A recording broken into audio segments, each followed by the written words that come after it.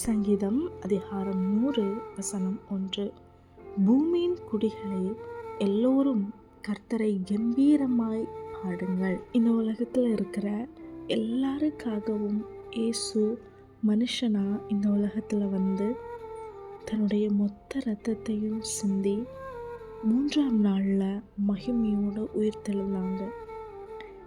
இன்னைக்கு இயேசு அப்படிங்கிற நாமம் அறியாதவர்கள் அநேகர் இருக்கிறாங்க. அநேகருக்கு இயேசு அப்படிங்கிற ஒருவர் இருக்கிறார், அவர் கிறிஸ்தவர்களுடைய தெய்வம் அப்படின்னு தெரியும். ஆனால் நம்ம எத்தனை பேர் மற்றவர்களுக்காக ஜெபித்திருக்கிறோம்? இன்னையிலிருந்து கொஞ்ச நேரம் மற்றவர்களுக்காக, மற்றவர்களுடைய ரட்சிப்புக்காக நம்ம ஜெபிக்க போகிறோம்.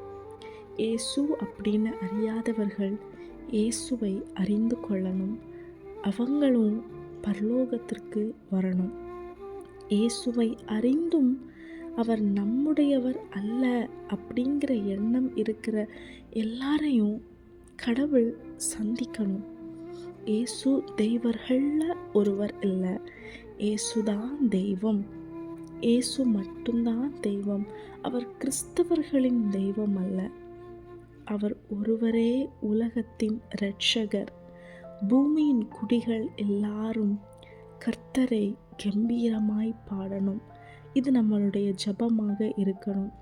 உங்கள் வீடை சுற்றிலும் இருக்கிறவங்க, நீங்கள் வேலைக்கு போகிற இடத்துல பார்க்குறவங்க, உங்களுடைய ஸ்கூல்ஸ், உங்களுடைய காலேஜஸ், உங்கள் கூட படித்தவங்க, நீங்கள் சந்தித்தவங்க எத்தனை பேர் இருக்கிறாங்கல்ல, எல்லாரையும் ஒரு நிமிஷம் நினைத்து, ஏசப்பா அவங்கள ரட்சிச்சிடுங்கப்பா, அவங்க நரகத்துக்கு போயிடக்கூடாது, அவங்க பரலோகத்துக்கு வரணும் அப்படின்னு ஒரு நிமிஷம் ப்ரேயர் பண்ணலாமா? டெய்லி நீங்கள் ப்ரேயர் பண்ணும்போது இது ஒரு பாயிண்டாக அந்த ஜெபத்தில் நம்ம ஏறெடுக்கலாம்.